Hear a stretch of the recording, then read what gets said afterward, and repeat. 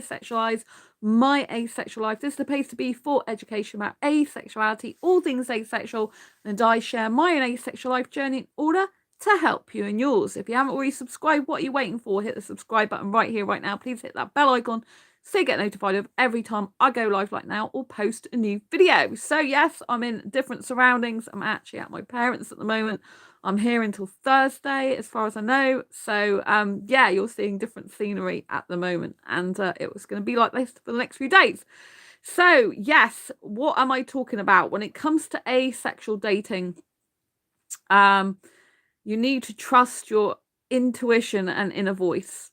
Now, this can be really, really difficult. So, for example, when we get born into the world, we get brought up, we go through a series of conditioning, and basically our conditioning is how we view and think of the world, but it's not through our own eyes, it's through the people who take care of us, who are authority figures in our life, such as obviously parents, family, friends, peers, teachers, particularly, any sort of caretakers, maybe like grandparents, cousins, all that type of thing. So it's really kind of people who are in your life in a more authoritarian way, a more higher level of authority themselves. Obviously, when you're a baby growing up into a teenager, you've got people usually who are higher in authority than you. And you just get shaped by when you go to school, by what happens there, by the teachers, by the other kids at school.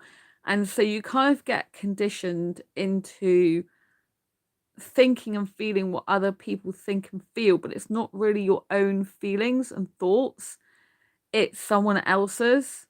And so as we get older, it's very difficult for us to find our own inner voice in the first place.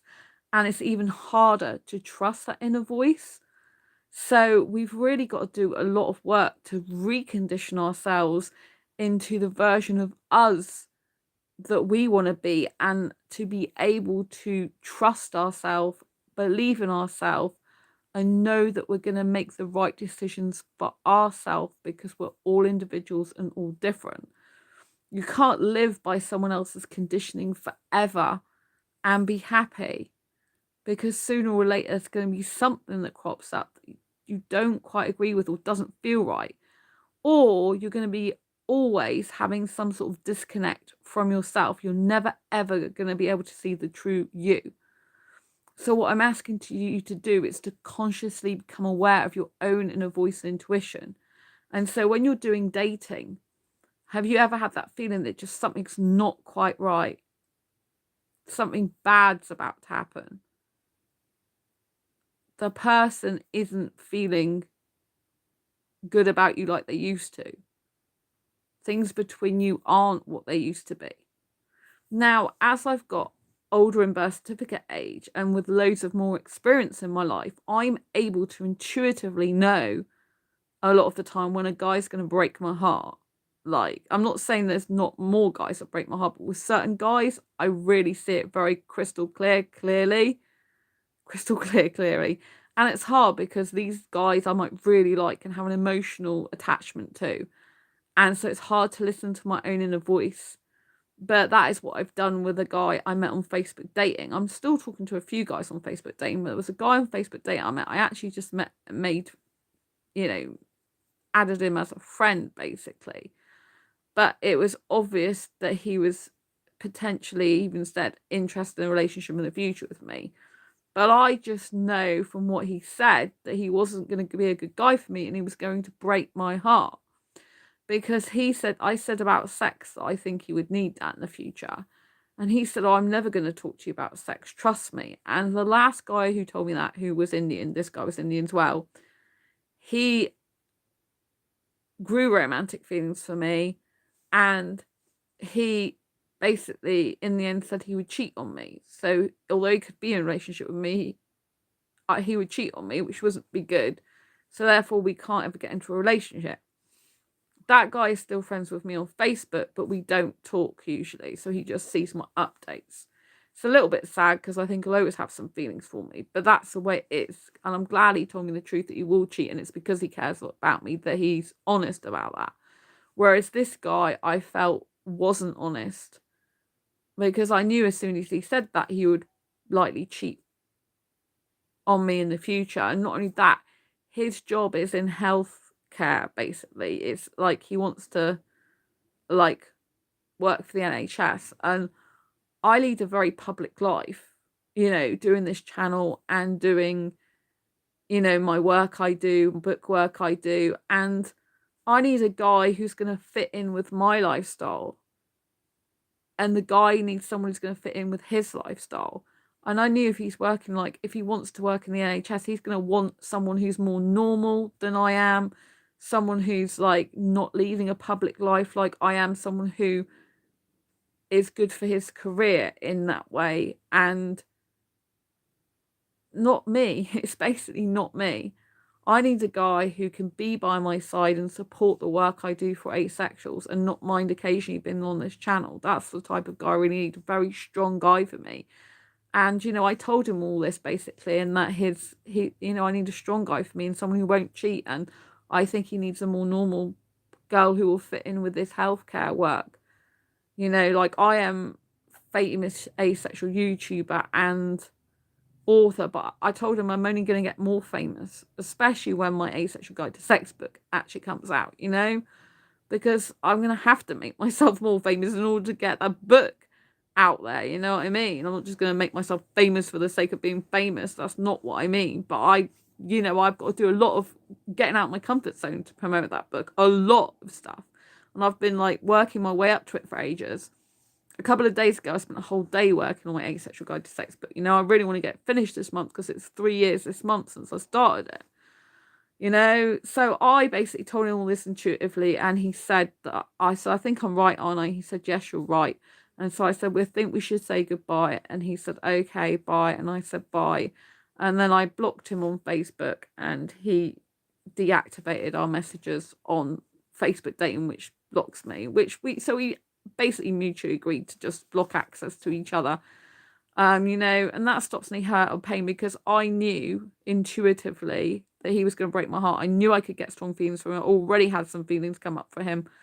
And I knew that he would break my heart down the line. He would either cheat on me or want someone who'll fit in with his lifestyle, his NHS lifestyle. And I'm not that girl, I don't know if I'd be suitable for any guy who works in the NHS. I don't know, because there's another guy I like who I'm just friends with, who might only ever just be my friend on Facebook dating.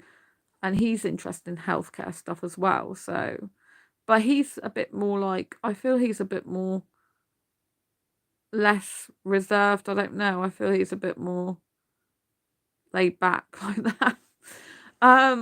But then I don't know, I've only not long known him either.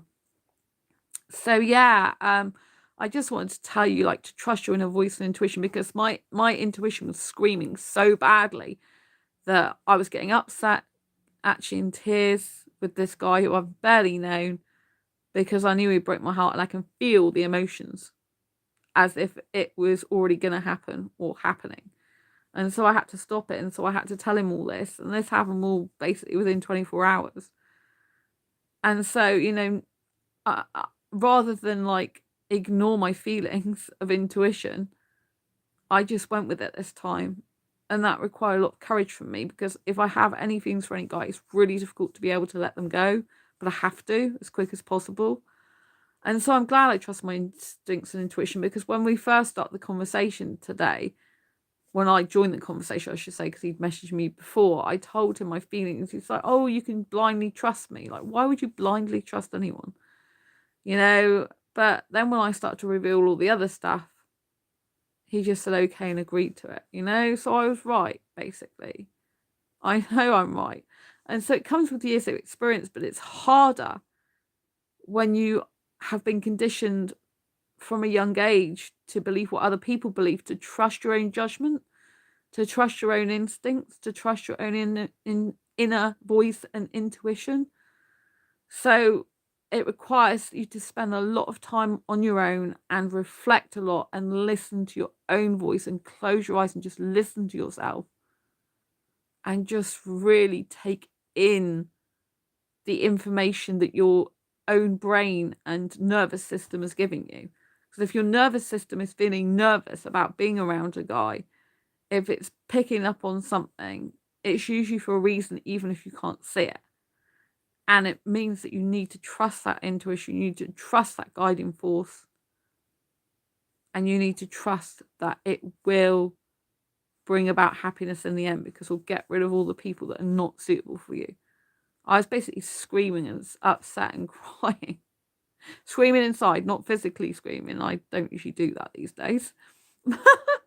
But screaming inside, you know, screaming like, oh my God, why has he hurt me? And I'm like, this is what it would be like in years to come. And you're just doing it now. And so, yeah, it's a really big deal to be able to trust your intuition like that. It's really hard, especially when the other person hasn't given much away. You've got nothing to go on but your gut feeling. And that's sometimes what you have to do. You just have to go with your gut feeling and your instinct. But loads of people say, oh, don't trust that, you know, because we're always used to people saying, oh, you're too sensitive, you're too overreactional, you're too anxious, you know, you're not making, you know, there's a lot of negative talk given to you sometimes by people who don't want you to listen to yourself, because they probably have made so many mistakes that they don't like listening to themselves.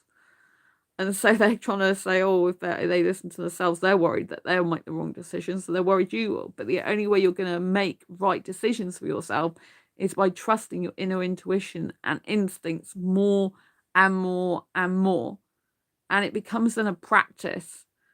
It is really hard to do. It's taken me a long time to get to where I am. Like being able to, within 24 hours, totally trust my own instincts.